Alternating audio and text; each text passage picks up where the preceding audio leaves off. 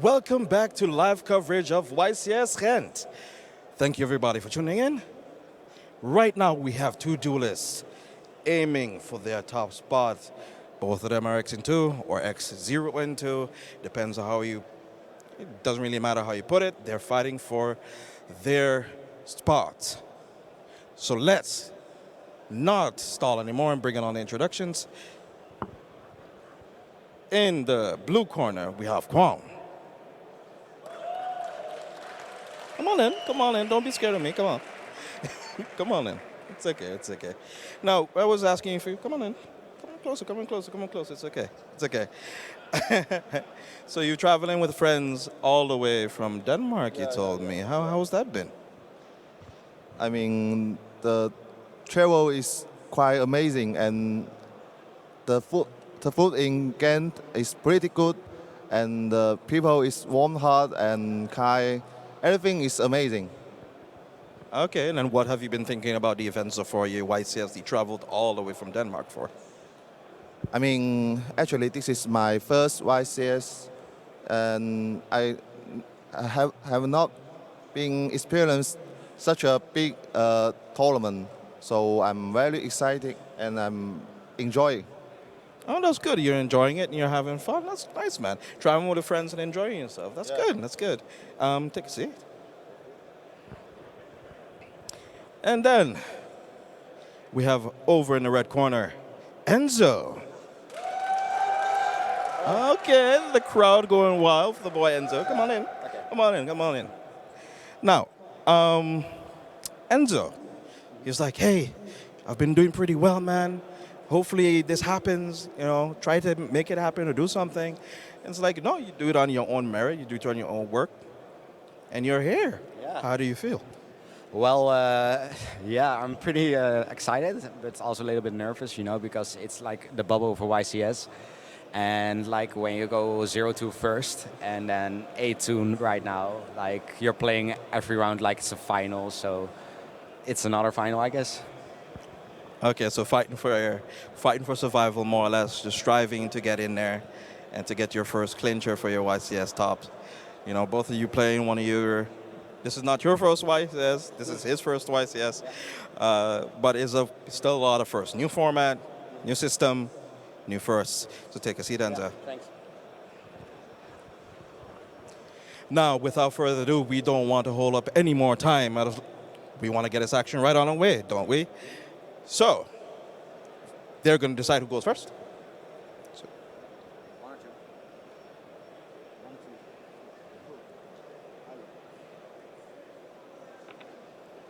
2. So 6 has been thrown by Enzo. And a 6 been thrown by Quan. Oh, this is tense. It's 5 and 8. 8 again. It's 4. And a 10. So Quan goes first. So they're ready. Everybody is ready. Let's send it over to the casters. Hi guys, the crowd applauding here. They're very excited to see this one. Obviously, Enzo is a crowd favorite. Yeah, and we are excited for it as well, right? I mean, it's the tensest match of the tournament for a lot of players. It's a win to get in to the top 32.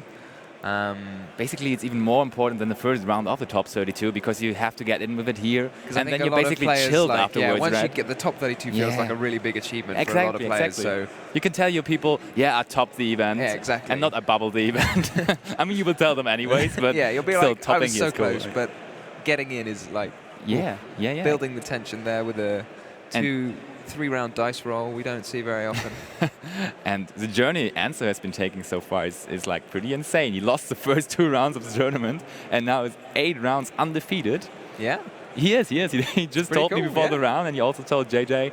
So he's on a journey, and he had to say that it was every round a final, and now it is the big final. The big final coming so he up. could get to the big final. He's on his way. He wasn't being able to You lose the first stop. 2 rounds, and then you could, if you won out, then rather than saying I went such and such 2, you could just say I went such and such after the first 2 rounds. That's completely fine, yeah. And actually, Enzo is the reason why we decided to pick this featured match. Because Little did we know. exactly. Because he's playing like a rogue deck, which is still kind of relevant in the format. Do you mind telling us what he's playing? Yeah, he's playing. So he's running the Altergeist deck, so like a reasonably popular deck beforehand, but now, you know, maybe people thought not so much that it was going to see play. Yeah. After multi-faker to 1, it seemed like a bit of a... Also, a fun fact on his ban list, on his deck list, actually, he wrote single faker, but he wasn't allowed to write it down like that, so he had to write out the full name Altergeist multi-faker, which is at 1 at the moment. But the deck still does pretty much a lot, I think. People have been testing around how to compensate that 1 multi-faker only, and people were testing Sangan, for example, which was the start. You can search out multi-faker with Sangan when you link summon the way for Army Rush, but that wasn't really the way to go, and the deck apparently is still fine with only 1 multi-faker, just has to be way more careful when to trigger it, actually. Yeah. So I think everybody has built up some tension here. Players are ready. The players are not quite ready yet. Oh, they're not ready yet. Yeah. So then, as you already said, little did we know the deck list of Quan Zhou. Yeah, because when we have the judges, the deck check team for us, they input all of the statistics you guys see for us. So everything we get to look at is from the hard work of the judges, but they just put in the name of the deck for us to see. And then we don't get to see the intricacies of what's going on in the particular deck list. But here, we've got a very, very heavily teched out A lot of surprises. A lot of surprises. Actually, one card really standing out. Do we already want to spoiler the players or the viewers what we could expect game 1? Yeah, I mean, we could just not talk about that, but I mean, we've got like almost half a Trickstar deck in here. It might even be called like Trickstar Orcust. He's running. True, he's playing the full engine. He's playing Candina, he's playing Lycoris, he's playing Reincarnation even. Of course, he's playing Light Stage, which there's only one of anymore. Yeah, I mean, we saw in previous formats the Trickstar engine was very popular in combination with Orcust. Yeah, that's true. It was a great way to get 2 monsters on the field.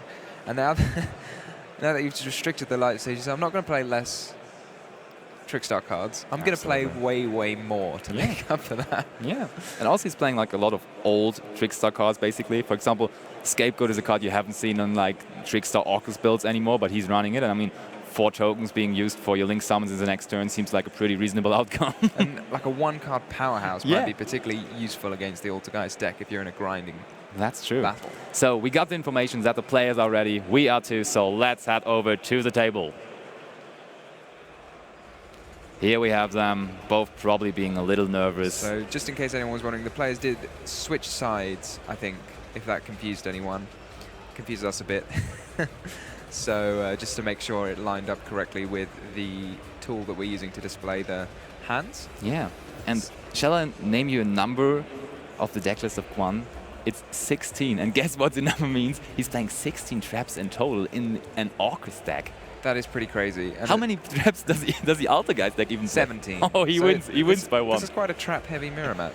It is. It is. It can turn out to be really grindy, but still Mermaid basically the most important card for Quan. And there comes down the impermanence for Enzo. No impermanence faker yet. That would have been really the icing on the cake. Oh, but only 2 back row after that, and it's the turn of Enzo. Pretty good back row.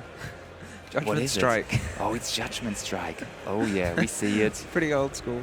Do you go so far even as to Judgment the draw 2? It's pretty bold. I think so. I think I would go for it. I mean, it's like by seeing the pot of extravagance, what decks do you expect your opponent to play?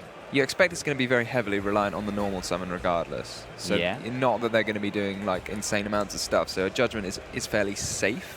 I guess, yeah. Because they're not going to play loads of extenders, likely. Unless it's something weird like Necros, right? Or Grand Maju. Grand Maju could play extravagance as well, so that could be like pretty big of a bait there. But the Solemn Judgment was run, and imagine him playing Grand Maju here, just running through the 3,500 points. Oh, and look, immediately the strike was thrown on the Marionetter. Makes sense, because there's no other monster to be feared in the turn then. Pretty reasonable to me. Oh, and he did just pass, because Enzo does not have any other trap cards. Uncommon for the Altergeist deck. He started only with the impermanence, he used that in his opponent's turn, and now he's left with no back row. He has one card in hand that could fear Quan, which is Ghost Ogre. The game's going to be very dependent on what was just banished there by that Gizmek. Oh, yeah. So if he's banished too many of his Orcust cards, although he's in quite a strong position at the moment, he might not be able to go anywhere with it. We saw the round 9 featured match where the player just banished his skeleton and he was completely unable to normally play with his Orcust deck because... It really lost a lot of the grinding power. Exactly. You cannot bring back your Dingirsu, you cannot bring back Galitaire from the graveyard, and if it's completely out, you cannot do that turn after turn after turn like the deck is used to, and in such a grindy matchup you will have to do it turn after turn to actually survive somehow. So that really is important. We're waiting with anticipation to see what's in his hand, but the he did not show us He's yet. not shown it yet. But it seems worth considering. Oh, there is this This card. is one of the other spicier cards. Again, in his list. This is a crazy list. He's running Necro Valley in the main deck. Which, to me, looks like it shuts off quite a lot of Orcust cards. Potentially, yeah. But like maybe your he's own banking Orcust on cards. playing against a lot of Orcust or some such. Also, like, he plays multiple field spells. He plays Light Stage, he plays Necro Valley, but he decided against playing Orcust Babel, actually. Like, the field spell you would think he would be playing, but he's not running that. He decided Necro Valley might be better. So we have a quite important here. Is he running the second copy of Mermaid, which was popular sometimes? Let's just look that up. It There's looks only like a there's 2 only- for Galatea, Okay. so there's no 2 Because an extra mermaids. Mermaid would be very handy here if he had it, but he does not. And he does not even have an Orcust monster. And the top deck for Enzo is pretty good. He drew into Be careful, the be careful, be Malasique. careful. The Malaseek's got 0 attack. Let's see whether he falls into that trap. No, he does not. He was one step ahead of you. Summon Malaseek attack, yeah, sure. I will take that. 0 damage. Yeah, you're right. That also meant that the damage of Quan It's actually a really doing last weak turn was draw. limited. Because it's another normal summon. You really can't afford to. Like, if you've got 3 normal summons, you only use 1 of them a turn. So he's basically got 2 dead cards this turn. Yeah, you're So right. he's forced to go quite slow and choosing between the protocol and the other trap, which summons the monster. Manifestation. Protocol, a decision I agree with here. Yeah, it cannot do a whole lot at the moment because your opponent will probably just run over your monster first. But still, you kind of have to because in the long run, it's obviously the better one. Yeah, you're not If you really that interested in just summoning a... Right. I mean, the turn Marionetta after, you from the then grave. would have the chance to maybe link away the Malasique and the Marionetta from grave for a Hextia, but then you have an Hextia on board. That's not really cool. And you have no trap to trigger anymore because you just activated your manifestation. So that's just a beatdown duel here. He's attacking with a Gizmek now, punching over the Marionetta. Gizmek, pretty powerful card. We've seen it a lot this weekend, right? Like, it's just big. Like, it just keeps summoning itself. Even if you banish your whole deck. Oh, look, you- another no. normal summon for Enzo. He draws into another Marionetta. His third is still. I think he's probably happy enough now with the Malaseek. Because he knows the Malaseek can pick up a Faker. He can deal with the back row as well. The back row you can see on the screen is not very relevant. He plays a bunch of traps, but that back row is a terraform. That would have been beautiful. I'm guessing that means he banished his light stage already off Gizmek. It must be, yeah. Because it seems odd not to search the light stage. Definitely not, especially when your opponent just set a trap card. Just for the blood. Well, he knows it's... I mean, but that still baits out the activation of the trap card, so you can be safe from actually... From resolving the Faker, yeah. Which is going to come down next turn. Yeah. Can't do it this turn because you're not allowed to special summon non-Altergeist monsters on the turn that you special summon, use Faker's effect. Yeah. Also, we see the Almirage coming down. A time ago, they could only special summon out the Linkuribo, but Almirage was introduced in Battle of Legends, and it's a much better way to go because it has like Has a more search attack? effect. Yeah, it has 0 attack actually. Oh, it has 0 attack. That's less. But Okay. it's more versatile, of course. You can be summoned over a normal summoned monster, so you can also do it for others. Has to have less than 1,000, but that's fine. Yeah, it is, absolutely. It's one of the most generic link ones. You can just link over anything. Yeah. You could potentially trigger a Silk with if you want, and then you can get a spell or trap back from the graveyard if you really urgently need one. Are there any Altergeist spells? No, right, there's no spell, but you will always go for the trap, of course. I mean, is there any? Probably not. It's just designed to be a trap deck, so there shouldn't be a single spell card in the mix. at this particular moment, what do you think? Who's in the driver's seat right now? I think Enzo is quite Enzo firmly picks it in up, the driver's right? seat because he's going to be able to summon that faker he just picked up. Yeah, right. But he's punching with the Gizmek first. But Yeah, again, that Gizmek doing damage. We saw it really basically in every featured match that had like an Orcust variant or Lunar Light Orcust. And we saw it multiple times that the banish is really crucial. Yeah, but I think it's a good enough card to play, even with that risk, because you can search it for free. Yeah. In a sense of you've got that extra search of your Crescendo. Orcust Nightmare or Crescendo, because Nightmare is able to send any dark machine, which Absolutely. Gizmek is. Yeah. What would be quite entertaining, although probably a bit unnecessary, is if Enzo were to try and just attack for game with his Meliseeks, because he's only on 900 life points. Yeah, but I think it might be a bit flexing rather than and the a back good row play. of Quan actually being infinite impermanence. Not too handy in this.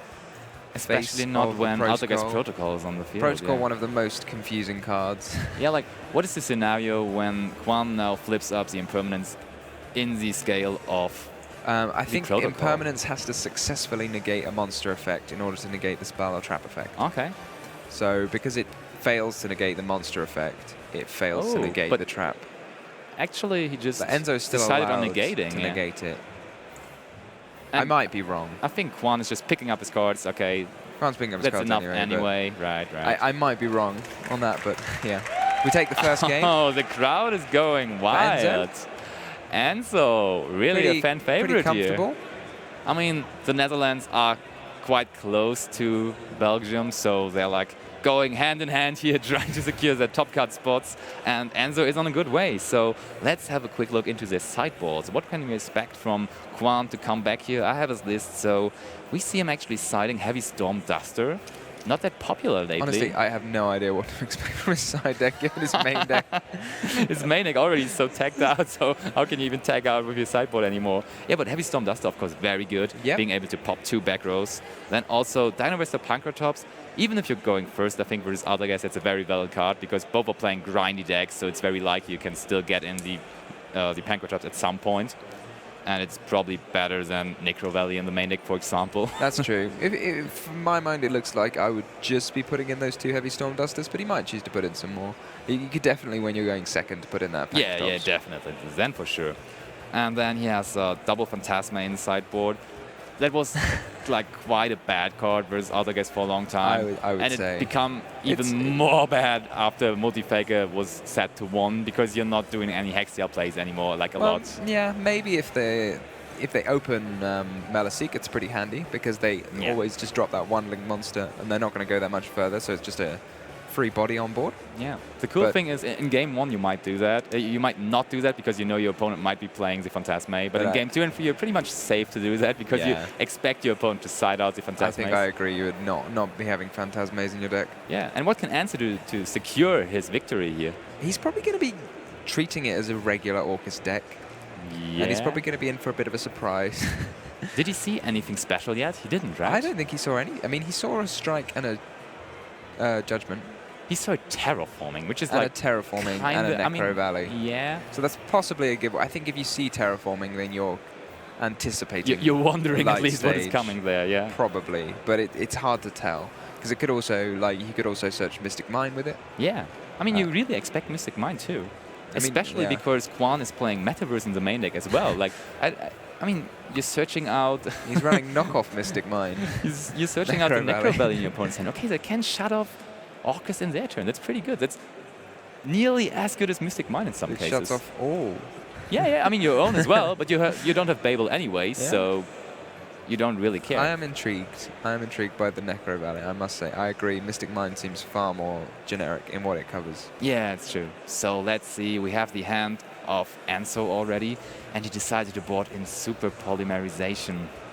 Super Poly is an interesting one because a lot of players now they're wise to Super Poly, so they don't leave up any combination of monsters. That's true. That can be sent. They play around with. It's quite hard to do in pure Orcust necessarily because you're locked into summoning dark monsters, and there are fusions which require 2 dark monsters. So it can be difficult, but it's doable. Yeah. Depending on what deck you're playing, and obviously Kian's got a lot of weird cards. He's got a lot of big Trickstar engine, so he could just use his Trickstar cards. Yeah. But we'll find out once. Why don't we switch to have a look at the cards in his hand for everybody? Yeah, that's probably better. He did draw into the metaverse. He's more than happy banishing all of his cards. Maybe he should tech a Gren, you know?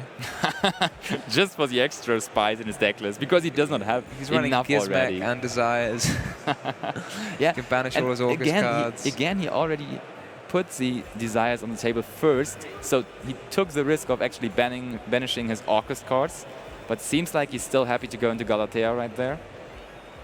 Just checking. Unfortunately, Galatea is not allowed to shuffle back your face down. Oh, that would be too much.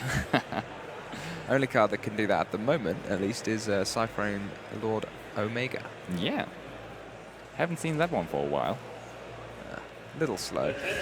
So, also the rest of the hand, Enzo has Nibiru too. So you may have to decide on whether you want to go with Super Polymerization or with Nibiru. That's a tricky one. That's to really my a tricky mind, one. I would be taking that Super Poly over the Nibiru, because if you use the Nibiru, then you get a monster, but your opponent gets a big monster.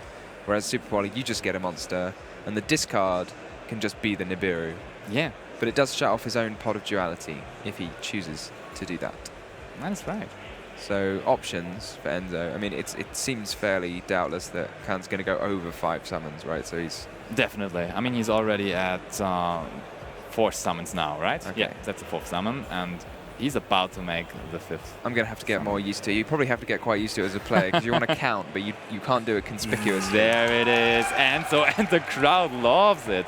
Nibiru, really an impactful card in this tournament. A lot of players decide to main deck it here. Pretty nice place to play it as well. Stopping your opponent from getting the Dingisu in the grave and attaching the simple skeleton. Yeah, and also that token is at 0 attack and defense points. Oh no, at defense points, of course. 0 defense, because only Link monsters have been used. And the Extravagance is a beautiful pickup for Enzo there.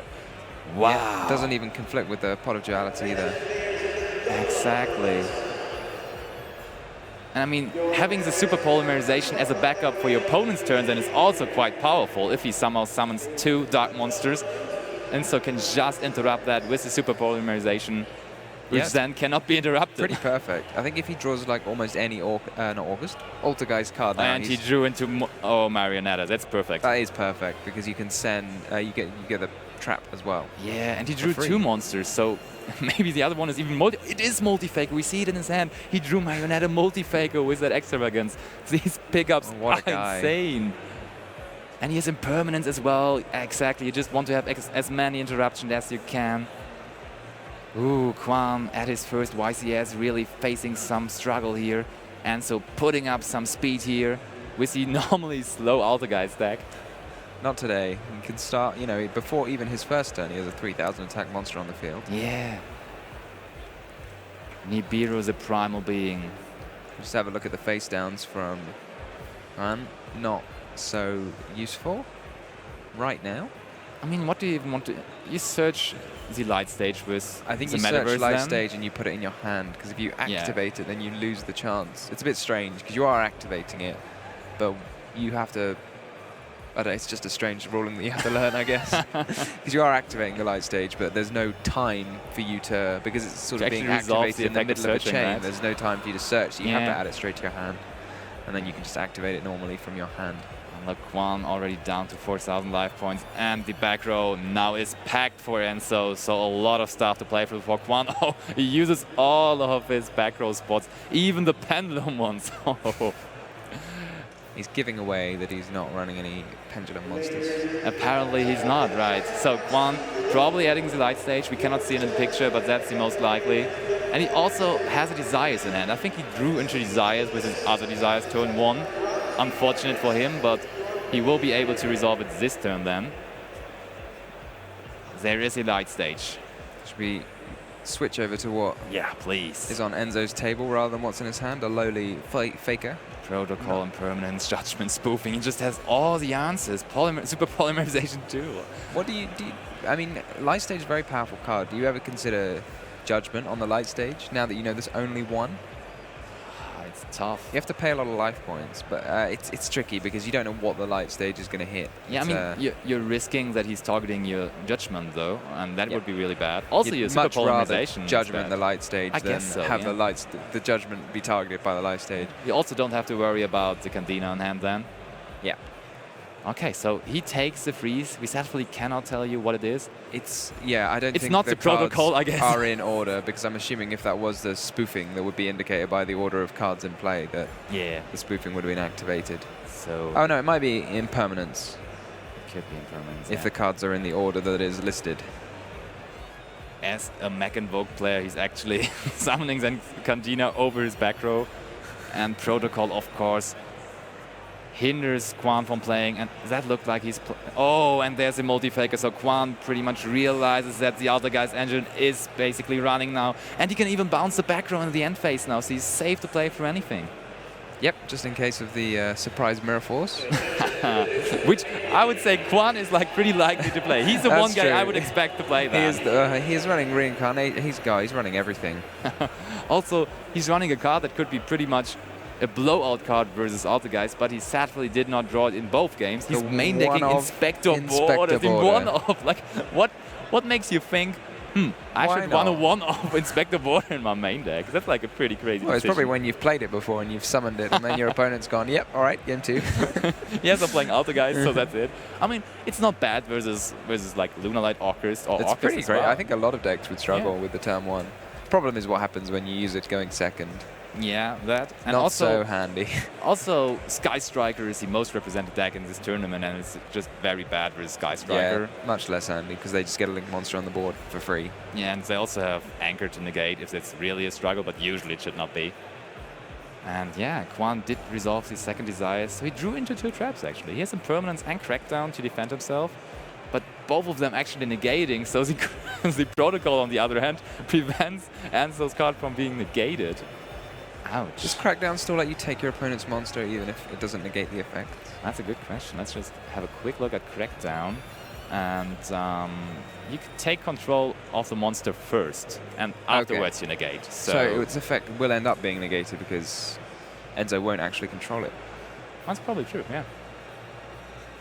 This is a very dominant performance from Enzo. Yep, it is. So Skeleton being in the banished pile, he just resolved at this point, Gizmac. Wanzkan's banished. He's banished 28 cards from his deck. That's a whole lot. So maybe Enzo can even go the deck out route here. Is Enzo considering to bounce the light stage there? I don't know whether that would be that good of an idea, because that brings Quan's big Trickstar engine into play, maybe. Yeah, I mean, you're probably not expecting your opponent to have so many targets. I mean, he doesn't have that many. He's got... Oh, he's running 3 Candina. He's running 3 Candina. He's running Lycoris. He's running Corobane. Because if I was going to put my opponent on something, it would be on, one Candina, 1 Corobane. Right? Yeah, agreed. Not agreed. 3 Candina, 1 Corobane, 1 Absolutely Lycoris. not. That's such a big Trickster engine, and you really don't expect that. So will he be able to finish him off this turn? Oh, look at that gold Ghost Rare Solemn Judgment going to the graveyard there. He hit that Solemn Judgment that couldn't respond to the activation of Light Stage. Gold Ghost? I think it's Gold Ghost, right? That's I don't know pretty whether the rarity is called like that, but that's a Ghost Rare from the gold, how was it called? Gold edition. It's gold rare, but what was the set called? Premium gold, I think. It was premium gold, right? Yeah. I think premium gold 3 was the set of Solemn Judgment there. Oh, and Faker uses the effect again. This is Quan, a pretty tough spot. Quan wanted to interrupt there, but he just realizes, okay, if I throw Impermanence on that will not work out too well for me.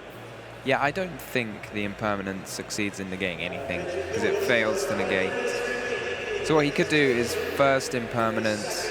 You could Crackdown it, because it would take control of it first, and then the effect would be negated. But the problem with Crackdown is spoofing can be chained.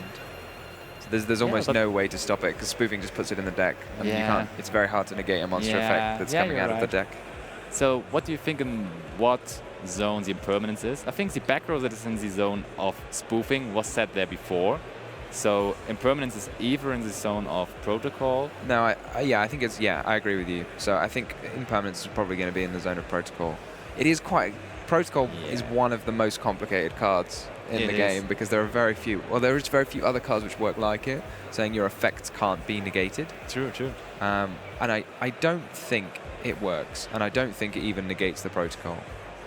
It shouldn't be. Still, Enzo immediately decided to go for the spoofing, shuffled back the multi-faker.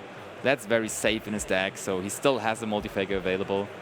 Enzo really shows that it's pretty good and easy to play with one multi-faker if you just recycle it all over, right? Altergeist definitely have the tools to do that. When you have spoofing, it just seems unreasonable what they can do. They just shuffle it back, they get a new one, they summon 2 more monsters. I mean, before the limitation of multi-faker, you said when your opponent starts to resolve all the Altergeist cards, when he has spoofing on board, when he has protocol on board, and when he's in his multi-faker circle, you're pretty much not really able to stop him. Once this deck gets going, it gets everything. It gets like 3 negates. It can negate absolutely anything and a bounce, and it just sets up. But even with one multi-faker, it seems very still capable pretty good of doing it. Yeah. Maybe the one multi-faker is just a real hit to the consistency instead of the overall power of the deck. Yeah, apparently it is. So kind of looking at that crackdown maybe just as a way to stay alive, but he can just negate the crackdown, right?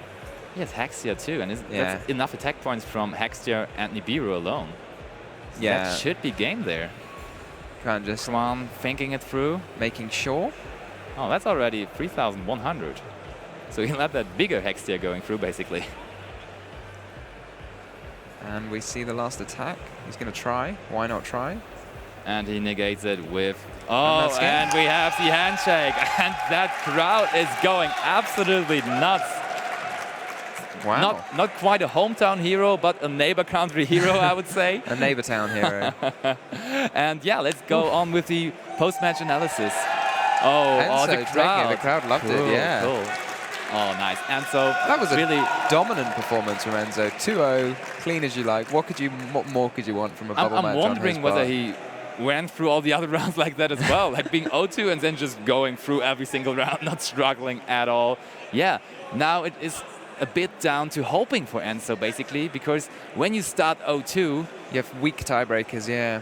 You really have. You have really a little peek at the other players who are on the top tables? That's a super good idea. Let's just look through the top tables. I will bring up the top tables as they are. So let's have a look. We have at table 1 Emilio Granido and Marvin Sebastian Schmidt. We saw Marvin playing his Pure Endymion deck. Being Pure Endymion on the top tables. Yeah, and they're both secured in the top 32 because they're XO at the moment.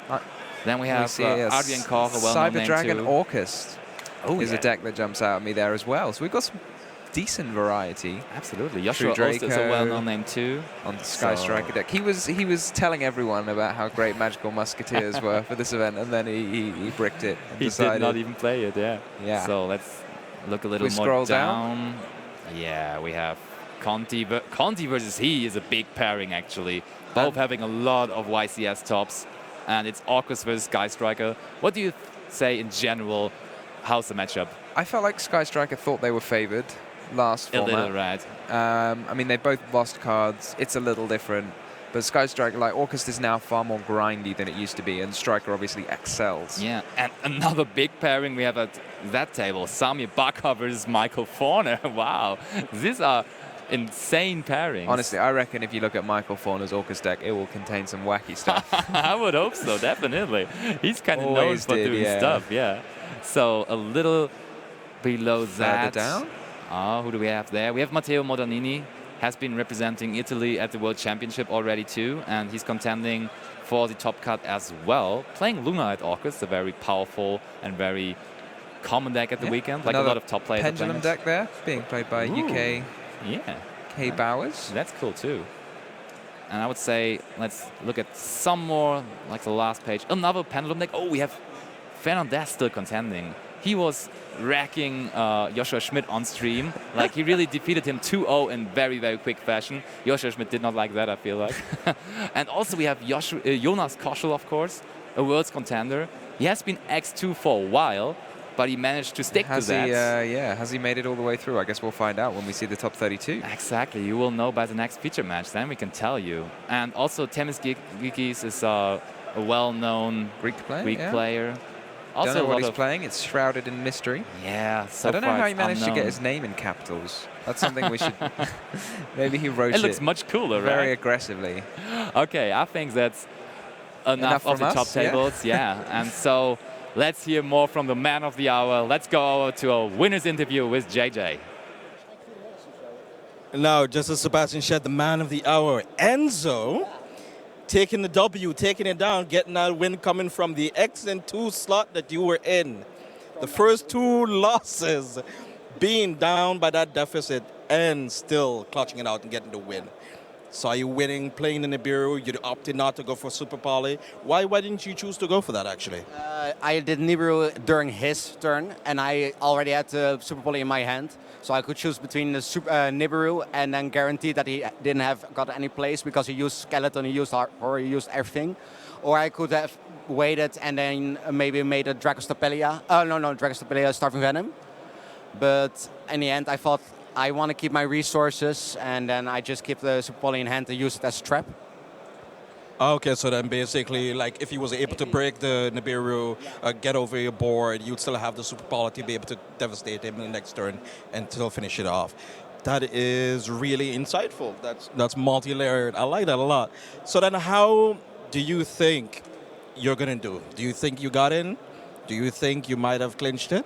I think I didn't, because like I had almost, if not the worst of ties. Like I lost in round 1 versus Traptrick, and round 2 versus Yosenju. Yeah, Yosenju. Like I'm really embarrassed about myself, and it made me have like the worst of ties. And I think I maybe like end 40th place max, and if it's higher, then I guess yay.